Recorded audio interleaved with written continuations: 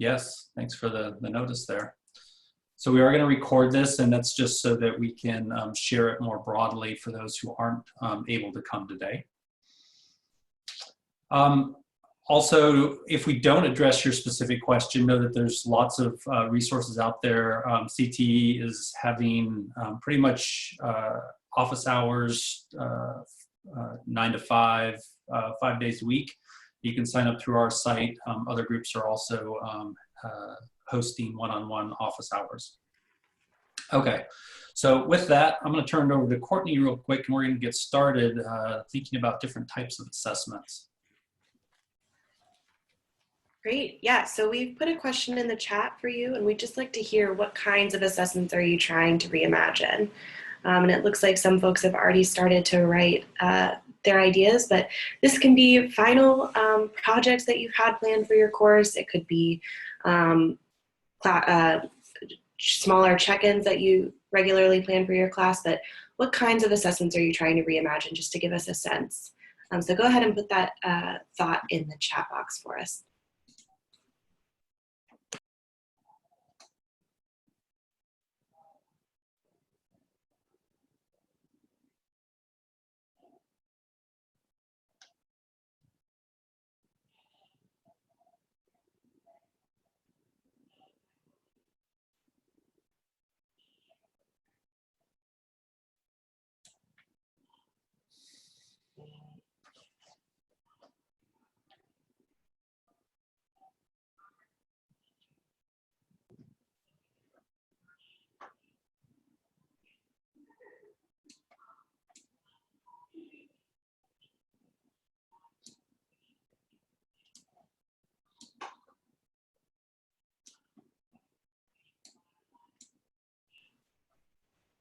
All of this is super helpful. So we're seeing group projects, individual projects, lab assignments, hands-on work, a map project. Yeah, and also thinking about the credit, no credit option, and as well as the every exam is an open book exam now question. So we will try our best to touch on as much of this as possible.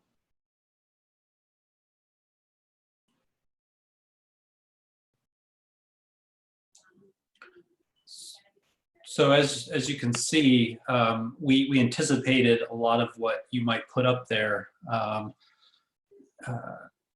couple things that maybe didn't show up, or maybe are embedded in some other things, particularly if you're in the arts or architecture, things like that. There might be built or physical objects that are a little harder to do. Obviously, labs are challenging.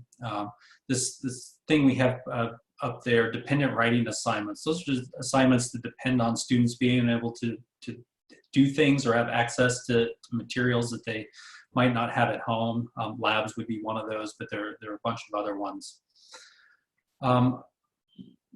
We'll touch on these as we go through, and certainly after about 10 minutes, we're going to give some high-level comments, and then we're going to open it up to Q&A and really try to help you as a group think through some of these.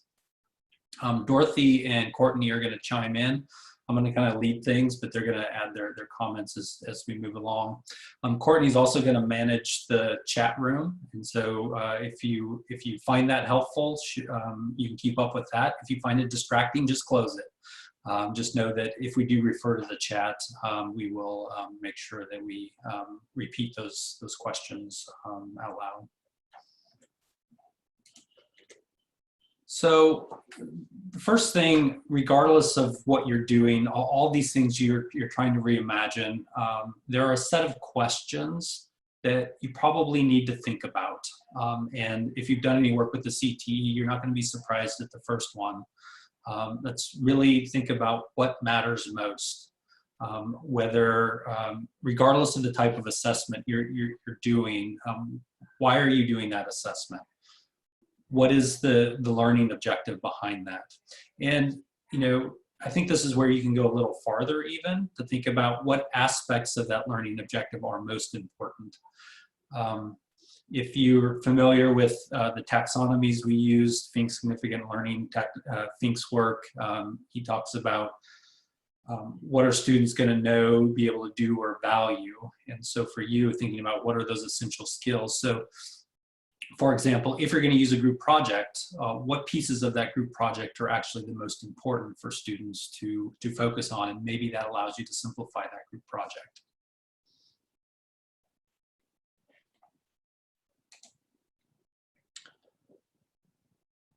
This somewhat gets at it as well. What is the simplest way students might demonstrate their learning? Often, if we had all the time in the world and the luxury of designing the classes the way we want, whether that's face-to-face or online, we get very creative and ask students to do some really powerful types of things. Given the current climate and situation, you might think about what is the simplest way for students to demonstrate their learning. Maybe it's not that complex assignment or a particular type of writing assignment. Maybe there's an easier way.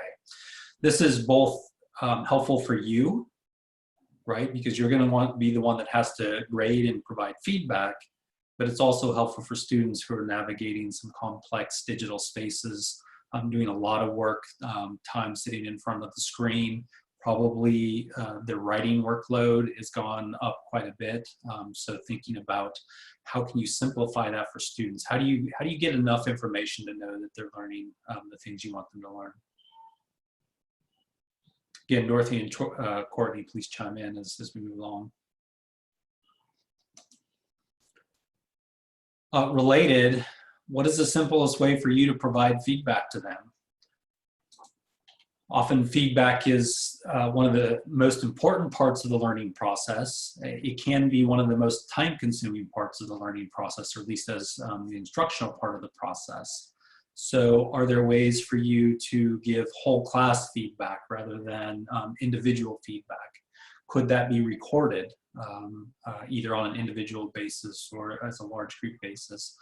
Recorded either through video or through audio? Are there ways to leverage some technology, either through polls or tests and quizzes? I saw some comments in the chat about unit exams. Could you break those unit exams up into smaller pieces so that they become daily or weekly quizzes? So that in the end, you get the same information that you would get from that longer formative feedback.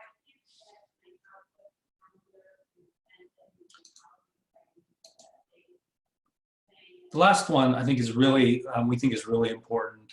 In what ways might your assessments not be equitable, especially given the situation we're in, moving online in this time of crisis? It's hard to imagine all of the situations our students are in. They are in different time zones. They have different access to technology and internet. They are being forced to manage time in ways they've probably not done, or very few of them have done before. Many of them are, if they're lucky, they're back at home and trying to manage how to live at home with parents again. Some have food and financial insecurities, and maybe even housing insecurities. So in what ways, and so when you're thinking about group projects, or you're thinking about how students might collaborate outside of class, or the times that they need to do your assessments, in what ways are you disadvantaging certain types of students? And I know Dorothy and Courtney probably have something to say a little bit more about this one. Yeah, one of the things I might invite folks to consider is when thinking about assessing participation, especially, a lot of folks are moving to contributing in a written format to an online, like either a collab site or online reflections. And that can be a really useful way to transition from an in-person to a virtual learning environment.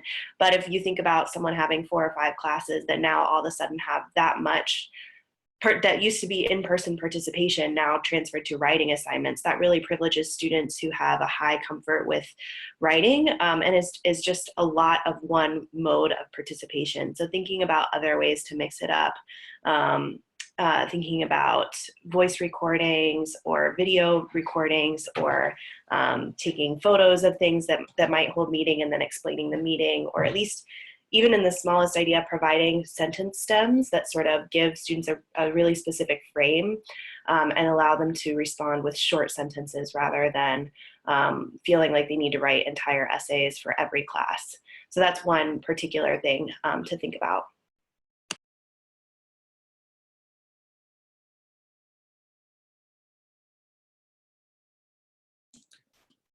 I think maybe what we'll do right here is pause, and I'm going to stop sharing just for a second. And if you have a question about these questions or other questions you think it would be important for instructors to consider, why don't you raise your either real hand or your virtual hand, which is, if you can get to that, if you click on participants, you'll see some icons there where you can raise your hand, and maybe we'll field a few questions.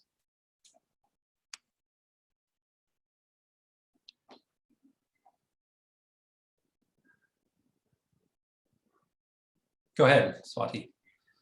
This isn't a question, but just a comment that this kind of transitioning to Zoom also helps some students thrive. And I was very surprised when one of my students shared that he has extreme social anxiety and he never speaks up in class.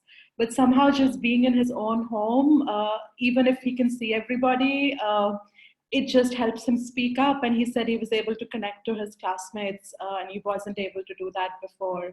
So that's also something to keep in mind, that some students might actually be thriving in this environment.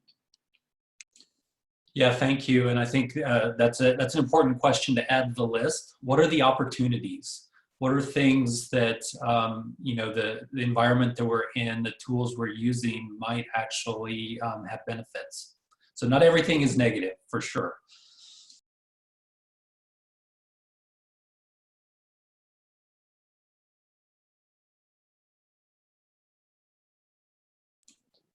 Any other questions before we move on? About the questions. We're going to let you ask broader questions in just a second.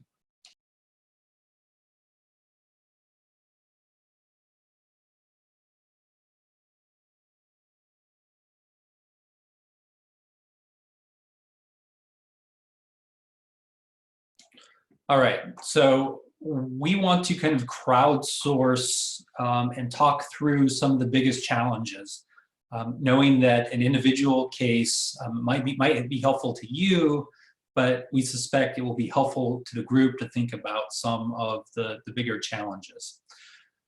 Slido is a tool to get feedback on a question or have students generate questions.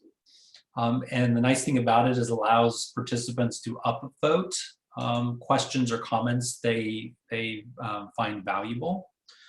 So if through whatever device you're connected to the internet, if you log on to slido.com, it'll ask you for a code to join. That code is 53948. And once you get in there, the question we're asking, what challenges are you having reimagining your assessments and assignments? After people start typing questions in there or ideas in there, if you want to take a look and start to vote up the ones you want us to spend the most time on, we will do that. So we're going to give you a few minutes to add that to the chat or to the Slido.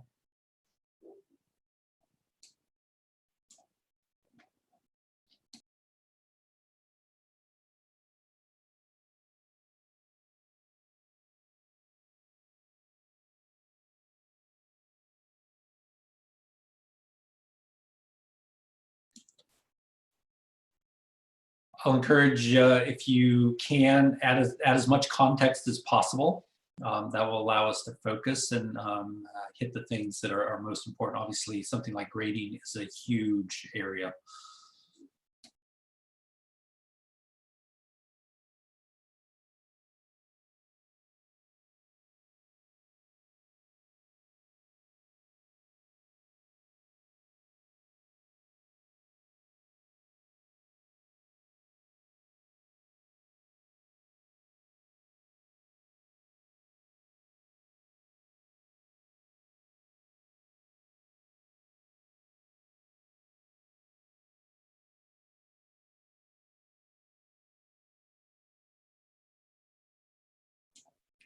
All right, we're gonna need more help from you guys if we're gonna make this productive. This is dependent on you.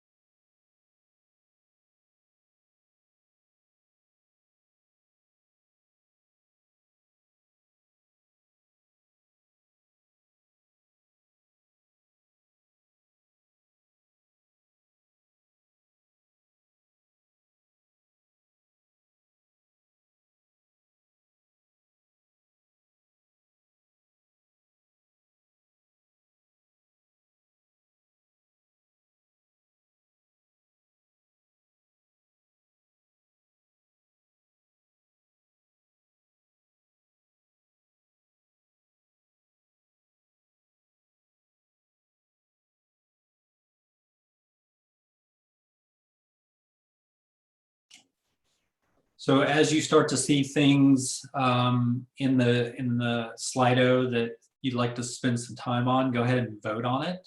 You can vote for as many things as you like in Slido. You just can't vote for the same thing multiple times.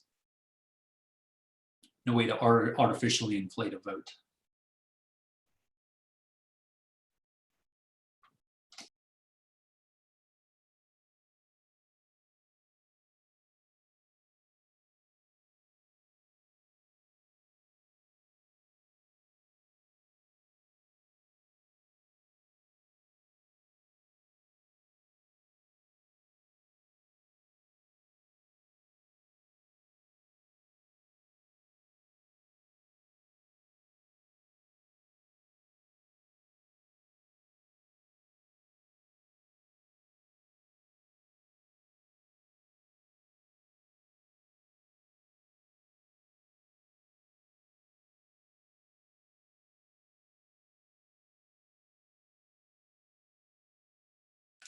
Maybe we'll take about 1 more minute.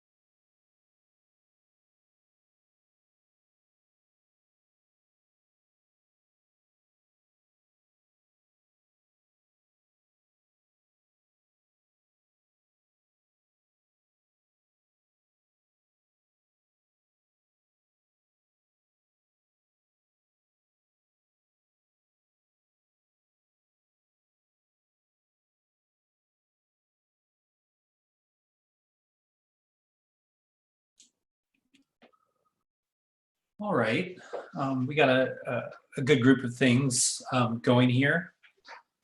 I guess we'll just start to work down the list a little bit. Obviously, Dorothy, Cortney, and I aren't the only ones with good suggestions and have tried things. So feel free to add other ideas to the chat, and you can also raise your hand. And if Dorothy will try to manage that to give us a little more space, I'm just going to stop sharing. Hopefully that frees up some room on your screens. Okay, so the top voted thing on Slido, time management when teaching multiple classes online, managing student responses in a timely manner. I guess student responses means responses to student questions. Hopefully I'm interpreting that correctly. Obviously, there are a number of tech tools to do this. There are some nice things even through UVA Colab. Piazza is one of these tools, which is a wiki-based tool that would allow students to begin to answer their own questions. So it's kind of a crowdsourced tool. Students or instructor could post a question and then other people in that class can respond. So that's one way to cut some of that down. Dorothy, Cortney, you want to add some things to this?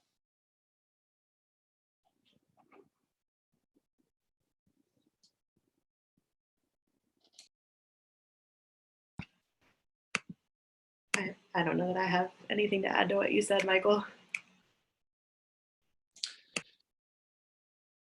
Yeah, so one yeah, thing go ahead, to Dorothe. think about, I mean, if you are, there are different options. One thing to also consider is actually who does the grading and whether there's room to be, or feedback giving, whether there's room to have students work in smaller groups and provide feedback to one another. Is the feedback simply that they're on track? Is it just taking note that everybody did the work? So thinking about in what depth and who's gonna give students the feeling that what they are writing has been read by somebody. It doesn't have to be you always. And I'll just add, I think this relates to one of the several of the other comments below. All the stuff you plan to grade, maybe it doesn't need to be graded, right? In terms of going to the effort of making sure it meets all of your standards, assigning a letter grade to it. And this is where some of the questions we had up front is, could you provide more global feedback? Is there a way to record feedback? Are there, what are ways that maybe you use, one of the tools in Colab is iRubric. A lot of you use rubrics, but iRubric is an electronic rubric where for each student, you just go in and check the boxes and then send that out to students. And so you don't even need to really provide comments. So there's some other ways that you get feedback quickly.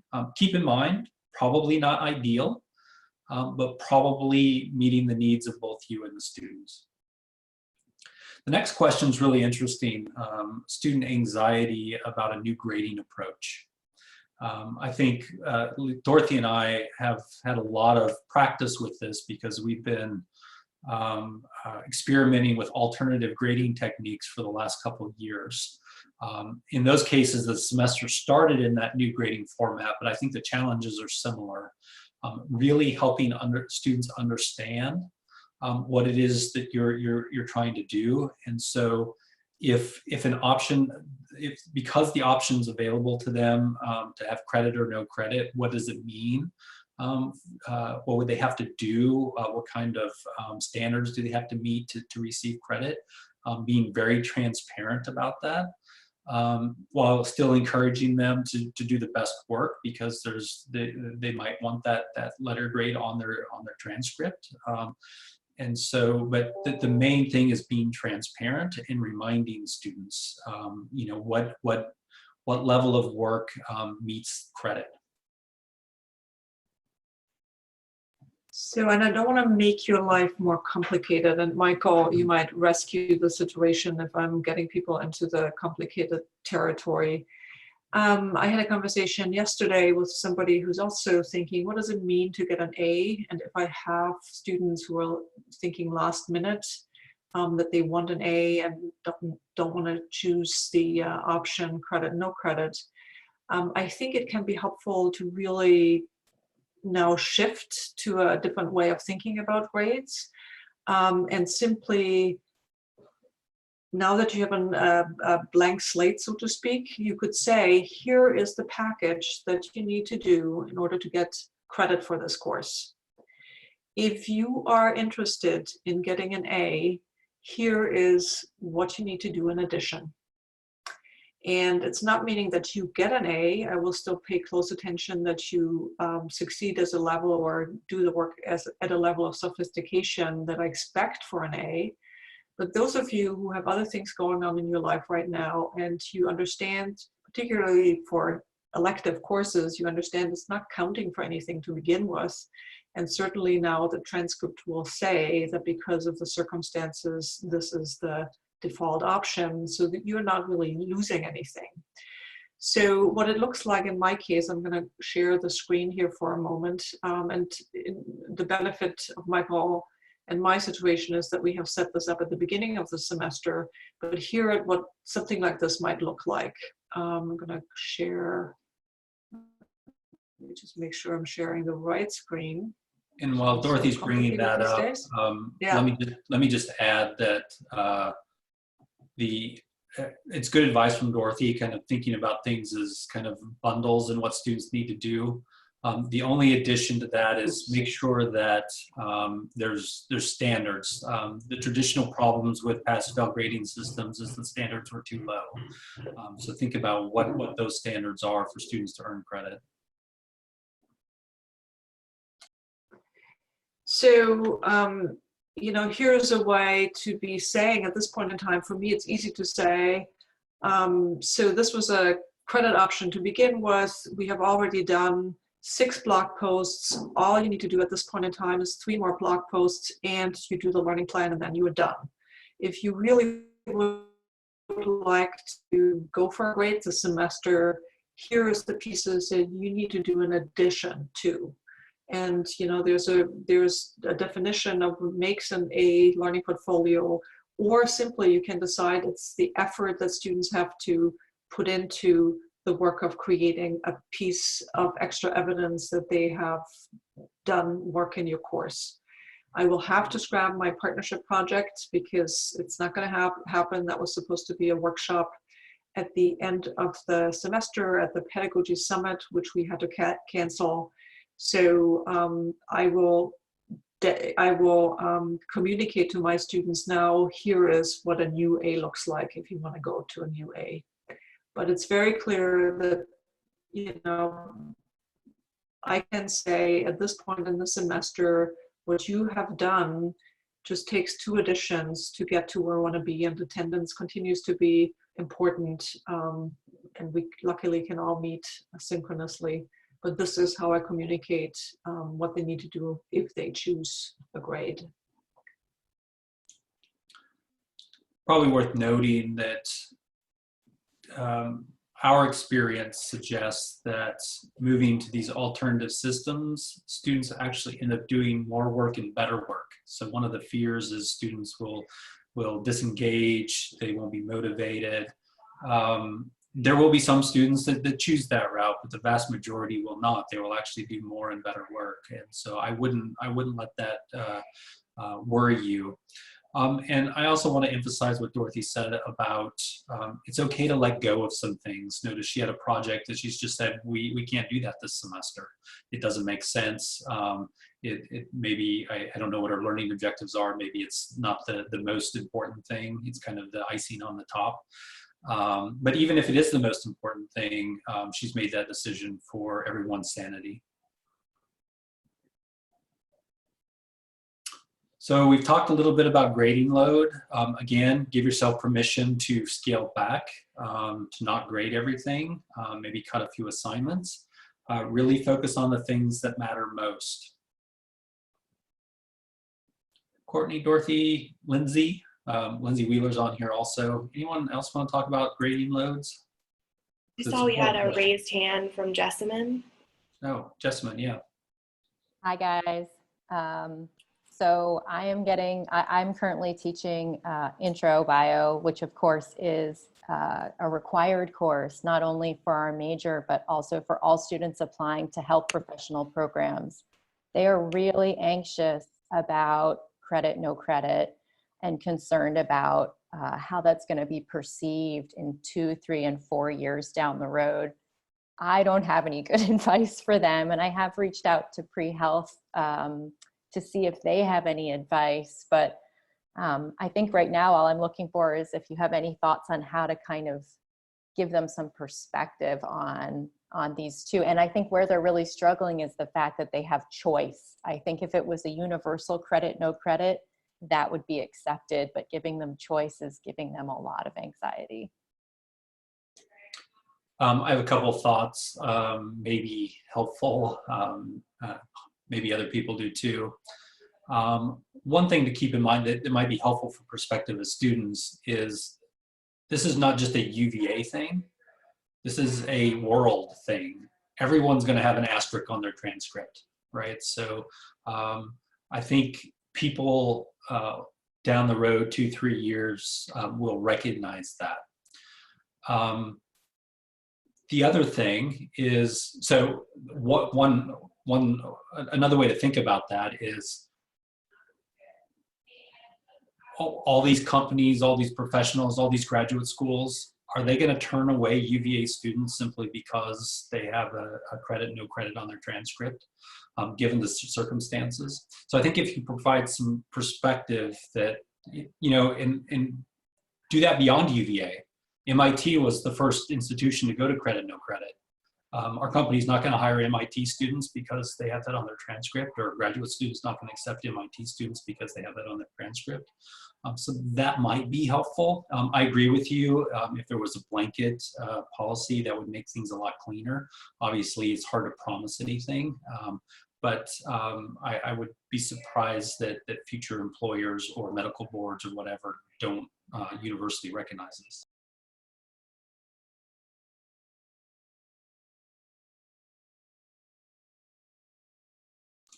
This is an interesting one. Are there other ways that people have thought about how to help students relieve the anxiety around this?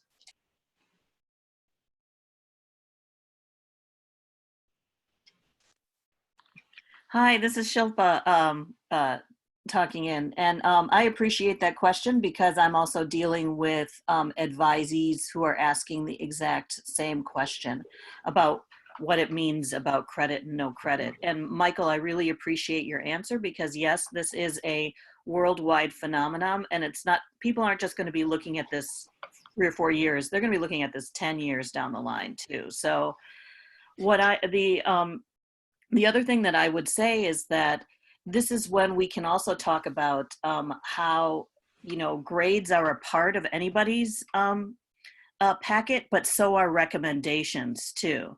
And so another way to think about that is this is a chance for you to interact with faculty in different ways. And maybe if you feel, you know, nervous about this, you could also try to get, and I know it puts more work on us too as well, but the idea is that recommendations become important too as well.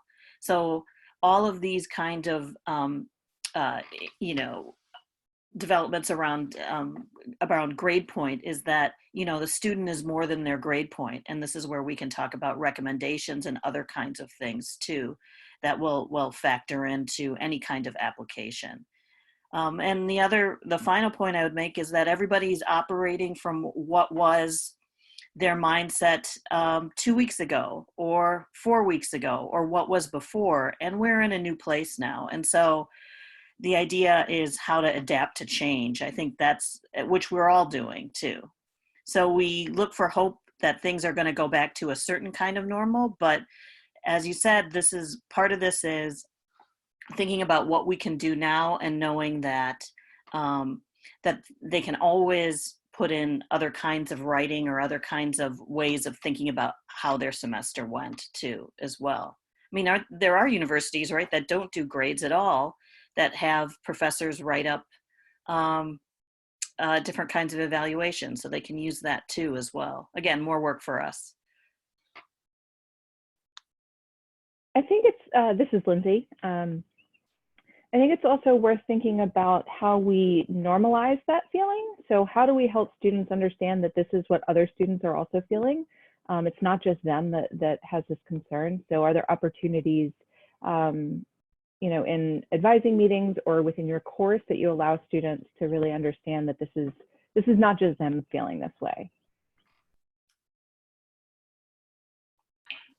Just as a point of reference to Shilpa's comment, Brown University is pass-fail. And so there are precedents of high quality schools that students do manage to go on to graduate school and other professional programs and in really good jobs. Renormalizing is really important. And that gets at this dealing with student disappointment, right? So how do you renormalize for them? And I assume the disappointment is around all sorts of things, not being around their friends, not finishing their classes, not graduating, not all of these things, and having conversations when it's appropriate, letting them give that disappointment voice. Not that you need to respond to that, but just giving them that space. And then, as Lindsay said, helping them realize that this is not, this is everybody, right? We're going to move down just a little bit. Question here about assignments, scaffolding for which was already in place, but the final activity has not happened. Curious, I don't know who posted that, what the final activity was supposed to be. It was me. So we were working, students were, whatever they were reading, they were putting stuff on the map, and we were finally going to do a Google Earth workshop, and they were going to take one of these maps and map the route of either a person or a community. So every class, they were marking 5 to 10 places on the map, and now we are not going to do the workshop. Sorry, I'm in Delhi. It's raining cats and dogs. I can't help the background noise. No, no problem at all. Yeah, so, you know, I guess you have a specific case. I imagine in a number of courses, I had the luxury, my course actually ended before spring break, so I didn't have this problem. But if it didn't, I would be in the middle of a group project because I always start those right before spring break, right? So I think what I would be doing is really thinking what is the most important aspect of that assignment, and in what ways, what creative ways could I reproduce that? Could it be that students do some things in small breakout rooms using Zoom? Could they produce something that's more static, maybe a virtual poster or something like that? Could they record themselves doing something or showing something? Could they record their screen? Could students, could they do that offline and then students respond asynchronously?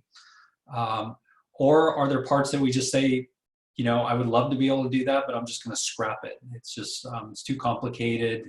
It distracts students from the things that are the most important. And only you know the decisions to all those answers, but I think there are possibilities to scale back and reimagine some things if it's something that's integral to the learning.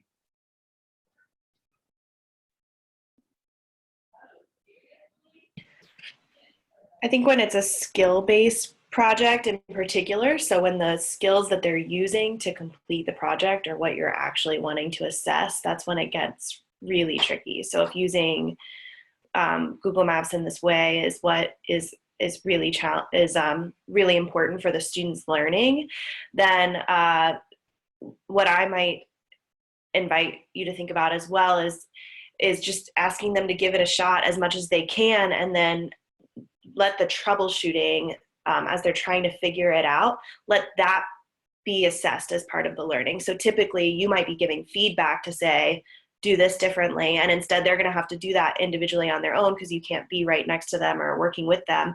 And so finding a way to validate that labor, because that's a lot of extra work. I have a performance background, so if I was teaching an acting class, I might have students do their monologue 3 different times and reflect on it each time, because I can't be there to give them notes and give them feedback and ask them to change something, but they have to still do the monologue because that's the skill that they're being assessed on. So I think recognizing some of the way that labor might be added on differently because it's now a virtual course, and then making that something that you are valuing in the way that the assignment is assessed differently than before. Does that make sense?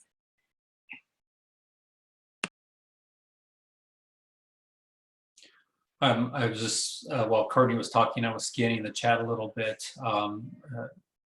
And there are some interesting, important points about some students will want or maybe even need to go for the graded course, and those are all legitimate reasons. So we need to be able to provide that option. I think we also need to make sure that we're not stigmatizing one over the other. That just because a student chooses one option, that student might have got an A. And maybe they just decided I'll just take credit.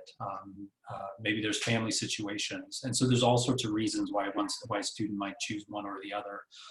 And I think as instructors, we need to work hard not to stigmatize those things or place undue meaning on those choices.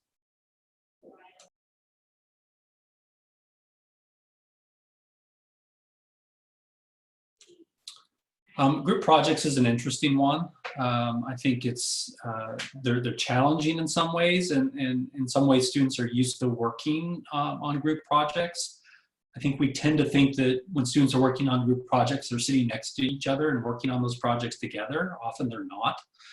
They're using Google Docs, they're using other collaborative tools. They may meet occasionally. Obviously, there are tools to be able to do that. The challenges are the same, finding a meeting time, right? Whether that's face-to-face or virtual. And so anything you could do to help manage that allows students maybe to group by availability or times of access, things like that. Anything you can do on your end. And that could be done through a quick survey or tools like CatMe or other ways to organize groups.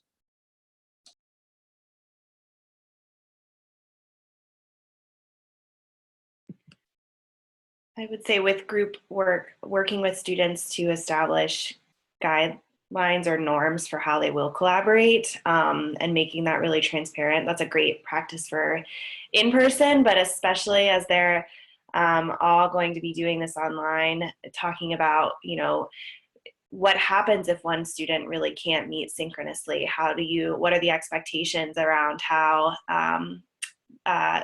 many folks need to be in the group meeting every time, and what does the follow-up look like, and really asking students to create a plan maybe for how they will equitably collaborate with one another, and making that labor something that is valued in the assessment.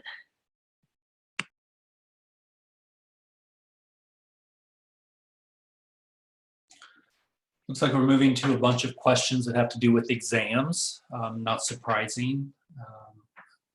A couple high-level things. There are some schools at UVA that use proctoring software. Other schools have decided against using it. From what I know about them, that it's very difficult for the instructor to set up and manage. It's equally difficult for the students to use. In the end, if a student is determined, there's a way around any proctoring software. There's a way around lockdown browsers. There's really no way to ensure. If your concern is students cheating, then there's really no way to ensure that can not happen even through the technology. The question is whether you know, how much effort we should put into that. Maybe we put more effort into rethinking the assessments themselves, right? So this is where, rather than that big summative test at the end, maybe you move to smaller, more regular quizzes. Those could be done during your synchronous or other times. Thinking about the types of questions, could those questions be less influenced by the fact that they're open book, meaning that they're more conceptual questions? I know from personal experience, those conceptual questions can be difficult to come up with. Even when you think you have the best conceptual question, at times I've Googled it and there's a video answer to that question. And so that's hard. But thinking about, are there alternative ways for students to demonstrate understanding? What is the minimum they need to do? How do you encourage them to see the benefit in the assessment, right? All good assessments are learning opportunities. So how can you help students see the benefits? And that might be lowering stakes on some things, so they're not so much high pressure, giving them opportunities to maybe revise answers, things like that. Looks like Lindsay jumped on. Maybe she has something to add to this. Yeah, so a couple of things. I was in a conversation yesterday about exams, and one of the, I don't know if you mentioned this, Michael, one of the biggest concerns with the proctoring software is it takes up a lot of bandwidth. And so there are reasons that the schools and university is not moving toward using proctoring software, because it then becomes very inequitable for students that maybe don't have good connectivity. Another thing to mention, if you are struggling to come up with questions that you think would be suitable for open book exam, or transferring your multiple choice questions to open-ended questions. Maybe one of your homework assignments is having students develop, a set of questions that you can begin to get ideas from. That would allow you, if you typically use a test bank or something like that, would allow you an opportunity to have students be thinking about the exam questions and not use up some things that you're more concerned about saving for other semesters.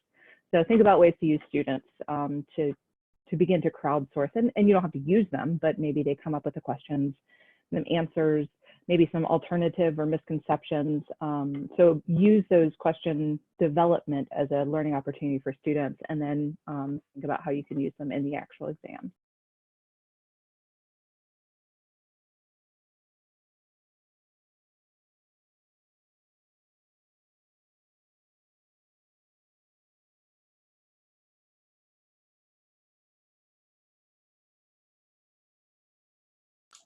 I'll just add one more point.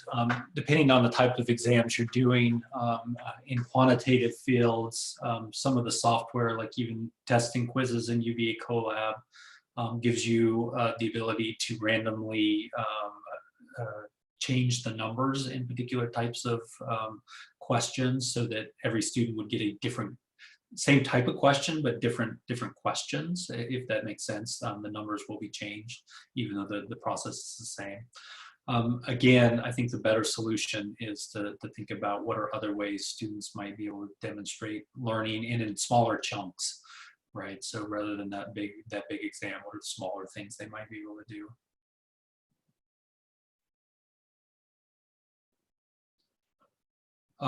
Question here about rubrics, adjusting rubrics for composition and other assignments as part of the grading process. I'm guessing that maybe that's how you go about adjusting, maybe, if I'm interpreting that question right. Is the person who asked that question online?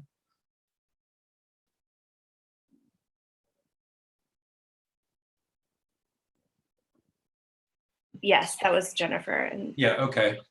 Yeah, so obviously this is a PR issue, right? In some ways, how do you be transparent to students about how rubrics are changing? Maybe that's an opportunity to engage students in the redesign or recreation of that rubric, to get them to identify the things that are most important. By this point in the semester, they might have a good idea of what those things are. Scaling that rubric back. Maybe when they turn in an assignment, they could identify the parts that they believe that are most challenging, that they struggled with most, and that's where you focus your feedback. My colleagues who teach more writing courses, any other ideas?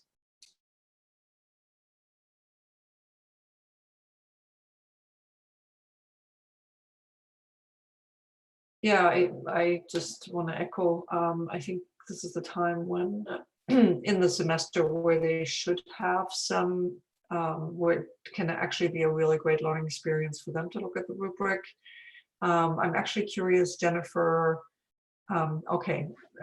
Yes, and you're saying you like the idea of asking them for the areas of focused feedback.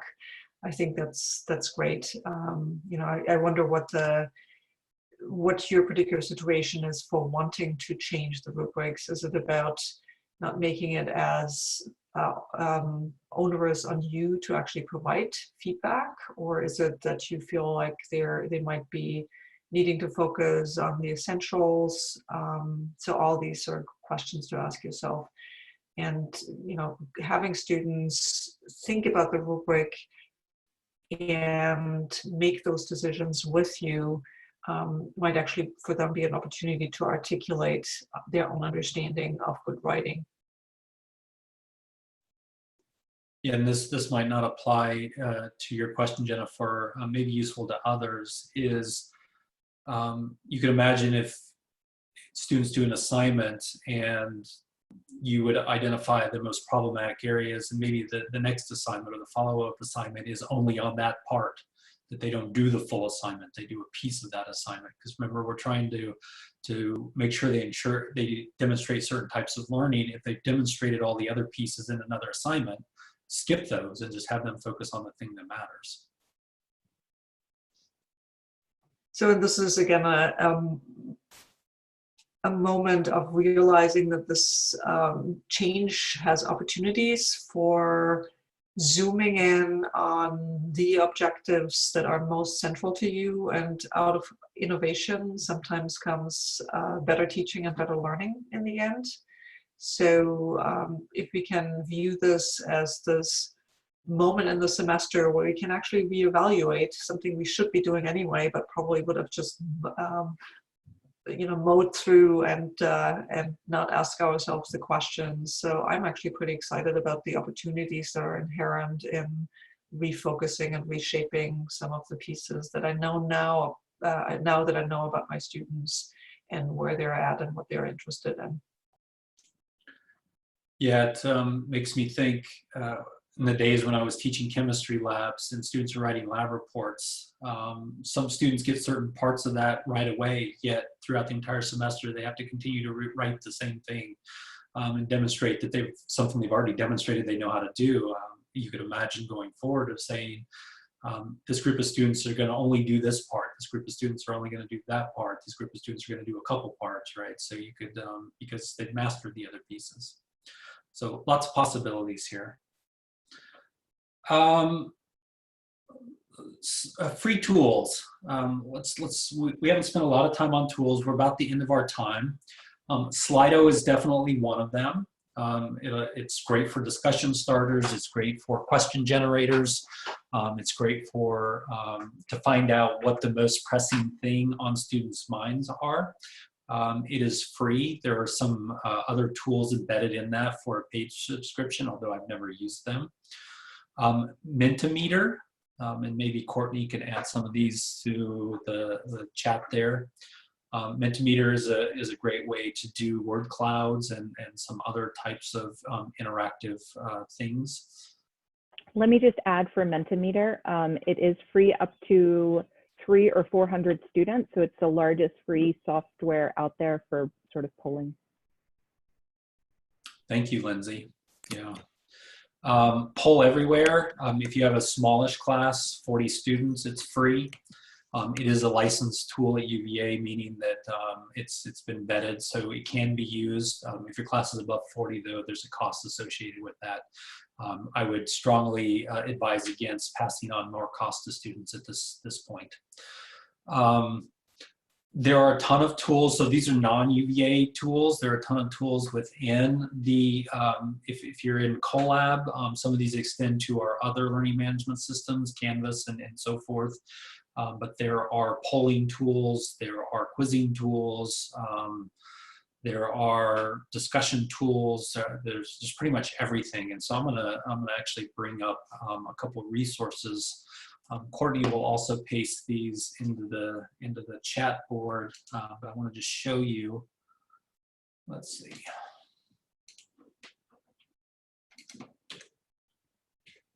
First of all, a couple really good articles. Again, Cortney will put these into the chat, so you'll be able to just paste those. Make sure you grab them before the chat disappears, though. You might have the ability to save the chat.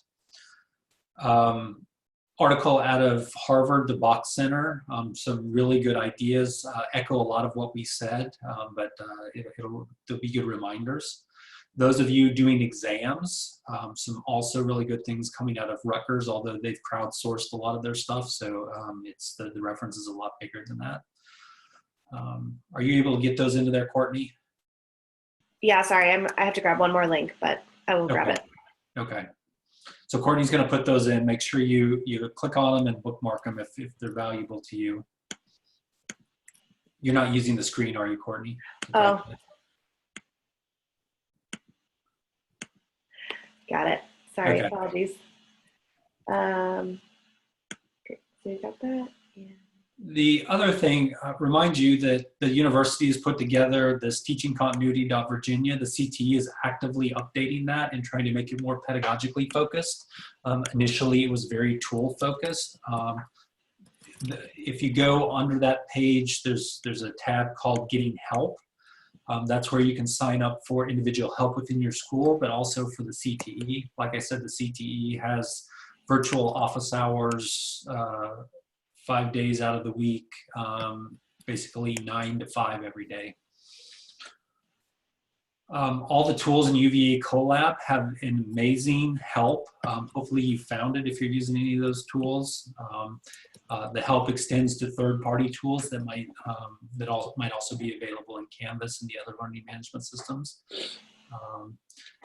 And that's it for that. I also added in there 2 more like creative tools that are really useful. So there's the Anchor app that is a really easy, user-friendly podcast editing app. I've done it with folks who don't speak English as a first language, and they've been able to figure it out very quickly. So it's a great, easy, user-friendly tool. And also Flipgrid is a video sharing app that doesn't require you to share your social media accounts with your students, but kind of works the same way that like Snapchat or Instagram might work, where students can share videos with one another.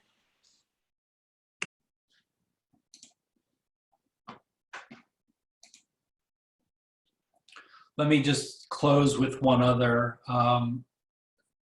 It's challenging in this time of rapid change, but we need to think about how to make our materials as accessible as possible. And so accessibility.virginia.edu is a great resource, not just for faculty, but for students, where students can find out accommodations that are available to them, tools like ability to read screens and caption things. And so make sure that you're aware of that tool, accessibility.virginia.edu. With that, we're going to close this session. We'll record it and post it if you want to go back and look. If it was valuable to you and you think your colleagues might appreciate it, go ahead and let them know that they can find that on the CTE site. Good luck in all you do. Thank you for all you do. Take care of yourselves. We often think of students first, but we need to take care of ourselves as well. Thank you.